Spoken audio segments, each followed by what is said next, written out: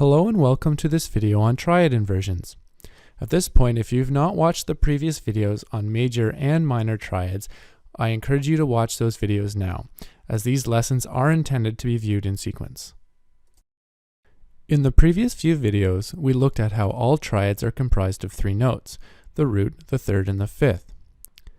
The nature of the fifth and the third, that is, whether the fifth is diminished or perfect, as well as whether the third is major or minor, will determine the quality of the triad, whether it is a major, a minor, a diminished, or an augmented triad. All of the triads we have looked at so far have been in root position. That is to say that the root has been the lowest of the three notes. But what happens if we took the same three notes and rearranged it so that the root was up an octave and now the third was the bottom note? It is still the same triad, as none of the notes have changed. However, now that the third is the bottom note, we say that the triad is in first inversion.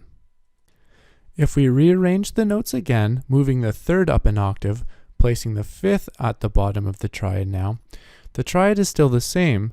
However, because the fifth is on the bottom, we now say that the triad is in second inversion. The three triads you see before you are all C major triads in different inversions. The triad on the far left should be the most familiar, as it is in root position. This of course again means that the root is the bottom note. Root position triads are easy to identify because they sort of look like snowmen, with all of the notes being either on all lines or being on all spaces. However, if you take the root of the C major triad, which is a C, and move it up an octave, we now have a first inversion triad, as the third is now the lowest note. It is still a C major triad as it uses the same three notes, a C, an E, and a G. If we proceed to take the third of the triad, in this case an E, and move it up an octave, we now have a triad that is in second inversion, as the fifth is now the lowest note. Here is what the different inversions sound like in sequence.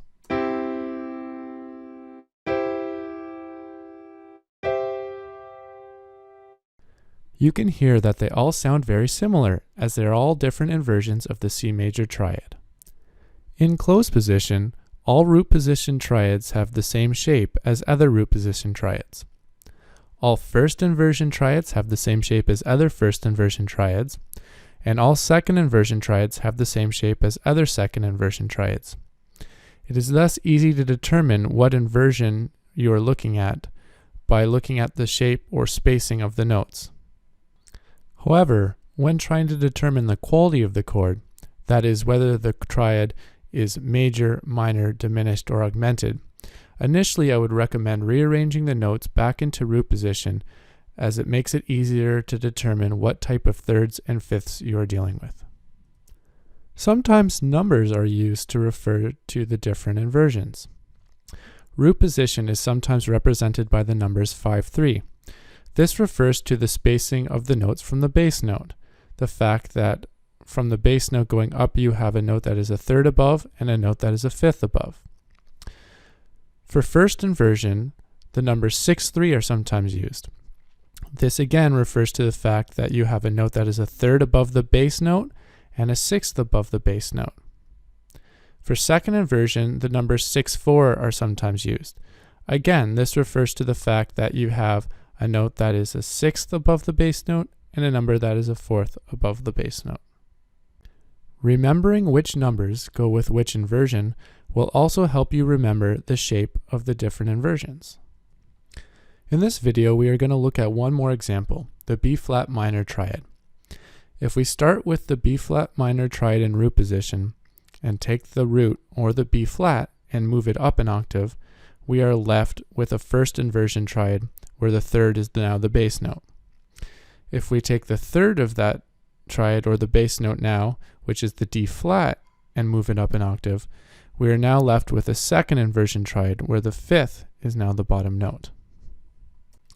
As triads take their name from the root and not the bass note, all three of these are B-flat minor triads, and they all contain the same three notes, just in different inversions.